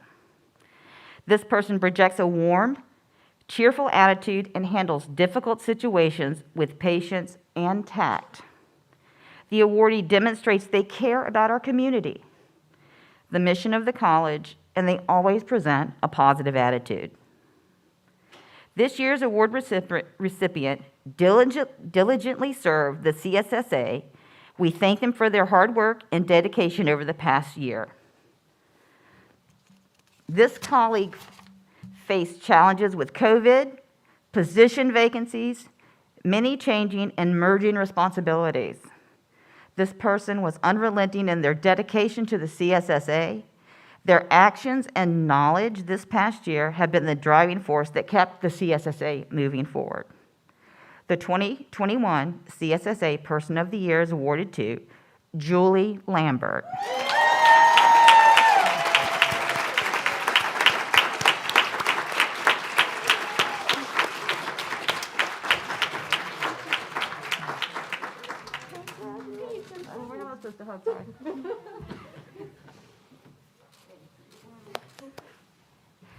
Thank you so much, Julie.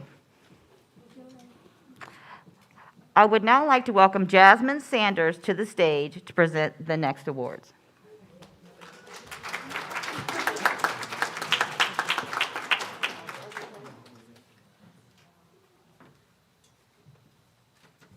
afternoon. Hi, my name is Jasmine Sanders. I do employee relations and performance specialist here at the college. And so I was asked to help present for special recognition and to be my whole transparent self. I said, will there be food? So once they say yes, I said, oh, sure. Why not? That was the politically correct version of what I said, Melanie. Each year, Thomas Nelson seeks to recognize the special achievements and accomplishments of our faculty and staff colleagues. Past recognition includes employees who have earned additional degrees, certification, and licenses, employees who have included in the who's who amongst America's teachers and faculty and staff who have published books, articles, and other commentary. We are excited to share your news and achievements. This year, we have 5 special recognitions for 2020 and 2021. When your name is called, we will ask you to stand in place, or as Mark says, do a whoop whoop, while you share about your achievements. The first recognition we have is Christopher Harris. Christopher Harris earned his Master's of Professional Studies degree from George Washington University in 2020. And in October of 2020, Chris presented at George Washington University's Ethics and Publishing Conference on the topic, An Ethical Examination of the Rising Cost of College Textbooks and the Emergence of Open Education Resources. Then, in May of the following year, 2021, he completed the Diversity, Equity, and Inclusion in the Workplace Certificate Program through the University of South Florida. Finally, in September of 2021, Chris was elected to the Colonial Virginia College of the Boy Scouts of America Executive Committee as their Vice President for Marketing and Public Relations. It's been quite a busy year for you, Christopher Harris. Congratulations.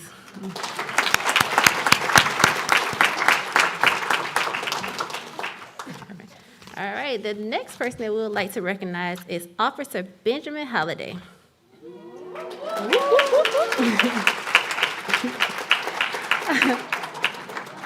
Officer Benjamin Holliday has won a scholarship for one of the FBI Trilogy educational courses, the Supervisory Institute.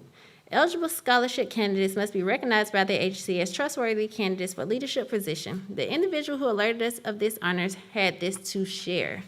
Officer Holliday is a great asset to Thomas Nelson Community College Police Department. He demonstrates hunger and seeking information to make him a better police officer with the aspiration to advance in the sergeant role. Officer Holliday has put the department needs before his personal needs on many occasions. Officer Holliday has completed the Field Training Officer course, General Instructor course, and Firearm Instructor. His dedication is unmeasurable. Officer Holliday has served in the United States Marines and started a security officer here at the college before becoming a certified law enforcement officer. We are all excited to see him accomplish all his future endeavors and congratulate you on this achievement.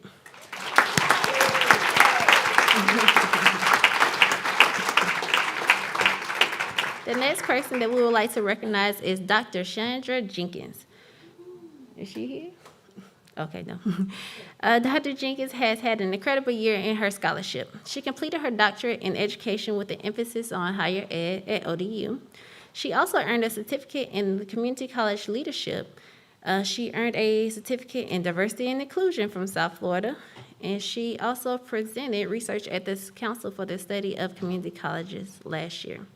She had research accepted by the American Educational Research Association on a pilot for her dissertation on imposter phenomenon in community college students. She has applied to present her dissertation research at AERAs next year and is preparing a proposal for CSCC also. So congratulations, Dr. Jenkins, on your many accomplishments.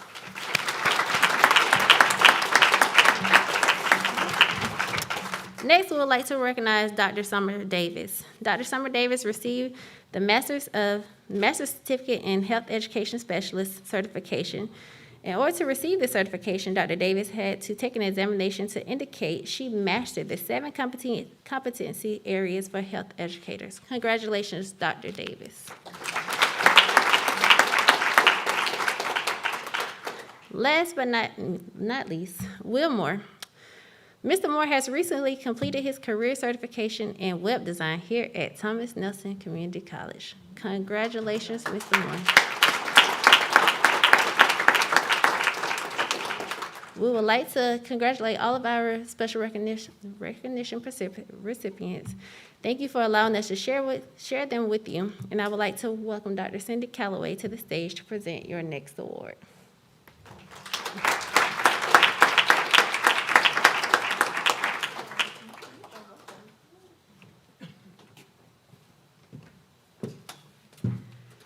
Good afternoon, everyone. I am Cindy Calloway. I'm the Vice President for Institutional Advancement and the Executive Director of the Thomas Nelson Educational Foundation. What an afternoon.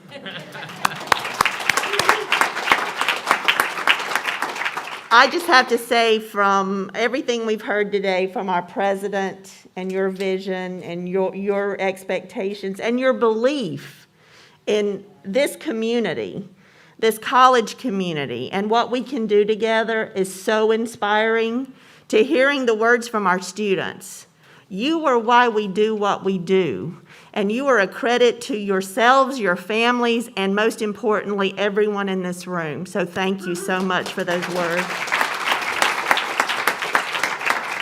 And for all the faculty, staff, board members, everyone assembled here today. Dr. Brannon, you challenged us with earlier, telling us that excellence is a choice. There are a lot of people in this room and online who have made that choice and are providing that excellence daily in what we do and how we deliver what we do to our communities. And it is that excellence that is going to put us over that $1 million mark, working together. So thank you all so much. And I know, without further ado, that I'm between you and the weekend. But since I bring money, usually people wait me out. So, all right. Each year, the Thomas Nelson Community College Foundation sponsors 5 monetary awards, $1,000 each for full-time employees and $500 each for part-time employees, to be given to high-contributing faculty and staff. The award recipients have made significant contributions in support of the college's mission by consistently 1, initiating new and innovative ideas, programs, policies, and/or procedures. 2, performing duties and responsibilities above expectations. 3, making special contributions of time, effort, and creativity to the college. 4, displaying exemplary human relations skills. 5, fostering an environment of mutual respect and shared governance. 6, expressing dedication to the college, the Virginia Community College system, and the Commonwealth of Virginia. 6, exhibiting a high level of leadership and cooperation in working with students, co-workers, and the general public. And finally, demonstrating involvement in local community activities. After all, community's in our middle name. This year's nominees demonstrated all these characteristics and more. We appreciate the efforts of all who were nominated.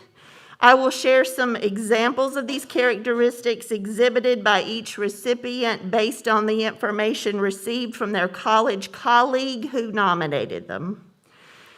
First, in the category of adjunct faculty, the nominator wrote, "This individual exhibits a high level of leadership and cooperation in working with students, co-workers, and the general public, and consistently performs duties and responsibilities above expectations.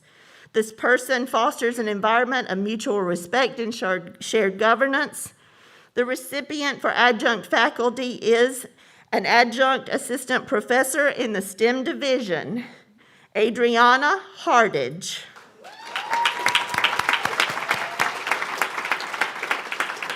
Adriana is joining us virtually, so we will make sure she receives her check next week. In the category of part-time staff, the nominator wrote, This individual has made significant contributions in support of the college's mission by performing many duties of a full-time salaried position as a P14. When asked, they did not hesitate to step up to take over a critical position with a very small team, which follows up on thousands of early alerts raised by professors for students at risk of failing or other challenges. Their performance has been exemplary in helping students resolve any issues that are interfering with their success in class. This position requires professional interaction with the team, faculty, administration, and students. This individual is very organized and professional and is making the program work in order to help retain students. We heard about that. This person has been dedicated for years on the front line assisting students that bring to her any question you could imagine. We heard some of that today too. Helping students get access to the resources needed to do well in college. The recipient for part-time staff is Administrative and Office Specialist for the Student Affairs Division, Doreen Doherty.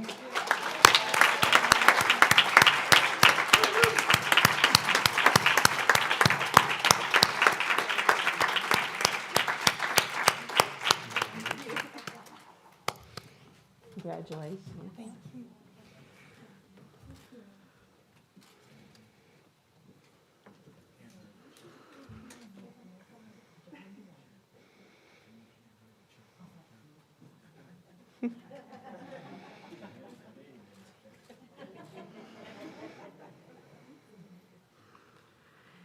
In the category of full-time classified staff, the nominator wrote, "This individual creates innovations all the time, but especially during COVID. They created how-to documents for instructors linking to Canvas with more than one roster. They have seamlessly and flawlessly handled schedule changes all throughout COVID, going from face-to-face to all online, then different combinations 700 times over. They've had to schedule and then reschedule, not just classes, but classrooms for instruction and events that best suit not only instructors, but outside contractors whose needs can be simple or complicated. They're a hub of communication, never keeping information to themselves, but always sharing with relevant departments, divisions, and staff in a timely and accurate fashion.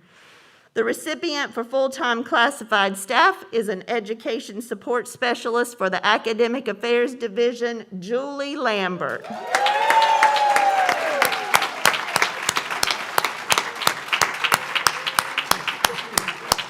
Awesome. Congratulations, Julie.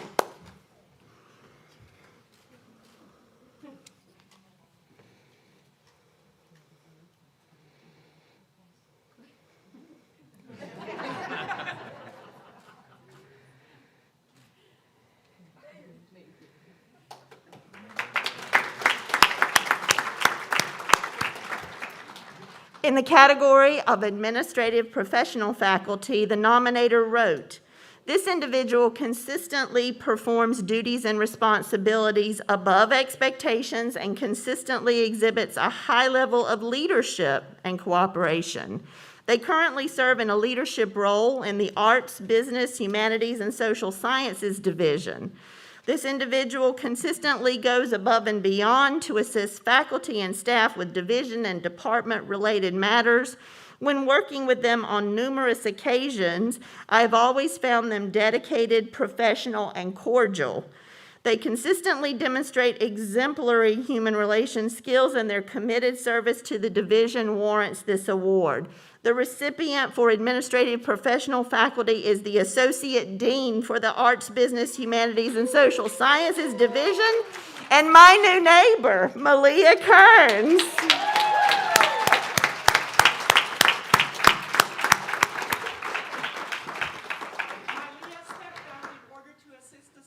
Of course.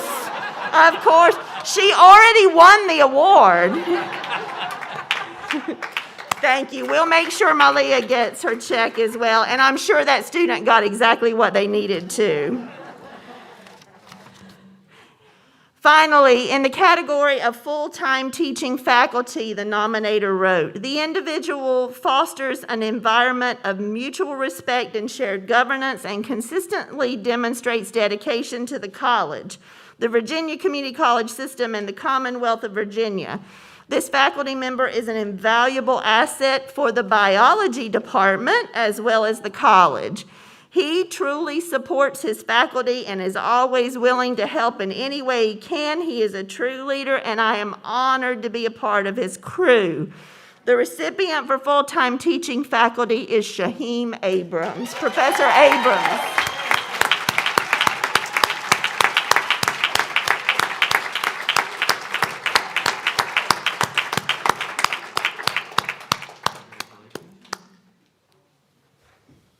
Congratulations, Shaheem.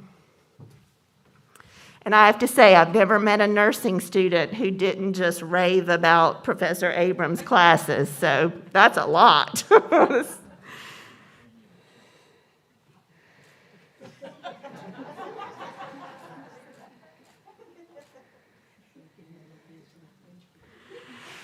Congratulations to all our nominees and recipients for the Outstanding Employee Awards.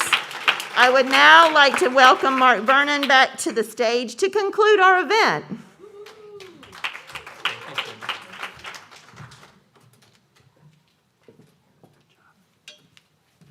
Okay. Well, thank you for your patience. Let's move right along and wrap this baby up. There we go. Congratulations to all the recipients, and thank you for your dedication and service to the college. Let us give them one more round of applause.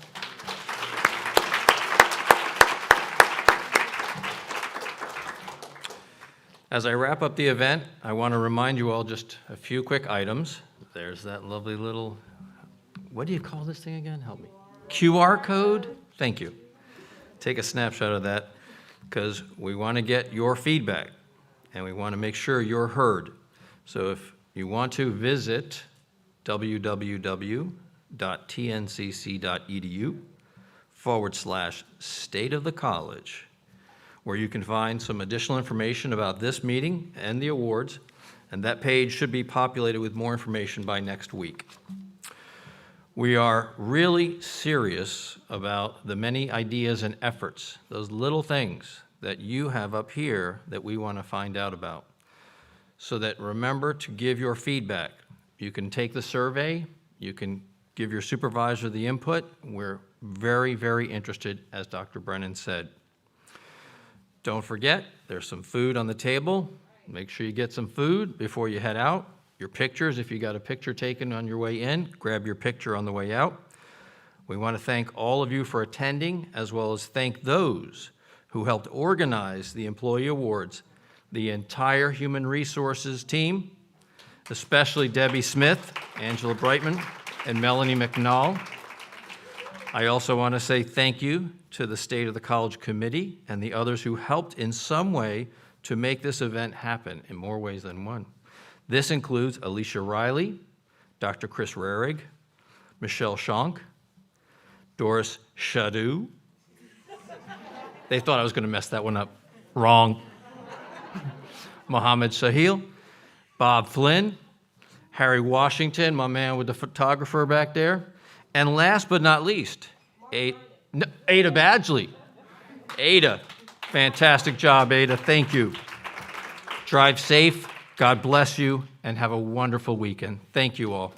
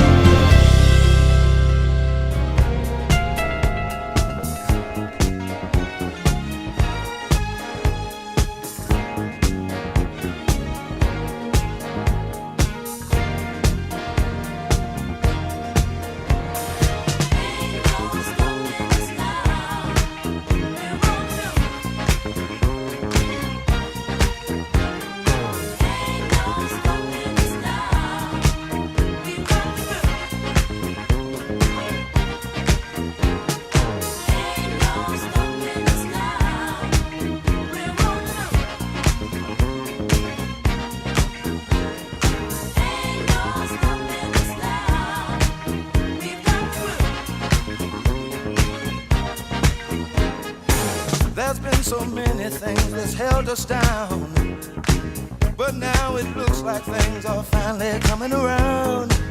I know we've got a long, long way to go, and where we'll end up, I don't know. But we won't let nothing hold us back. We're putting our show together, we're polishing up our act. And if you've ever been held down before, I know you refuse to be held down anymore. Well, don't you let nothing, nothing stand in your way. I want y'all to listen, listen to every word I say, every word I say. Ain't no stopping us now.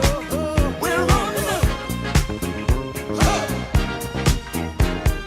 Ain't no stopping us now. We got the groove. Ain't no stopping us now.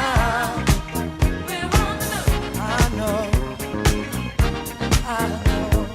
Ain't no stopping us now. We've got the groove. We got it. I know you know someone that has a negative vibe, and if you're trying to make it, they only push you aside. They really don't have nowhere to go. Ask them where they're going, they don't know. But we won't let nothing hold us back.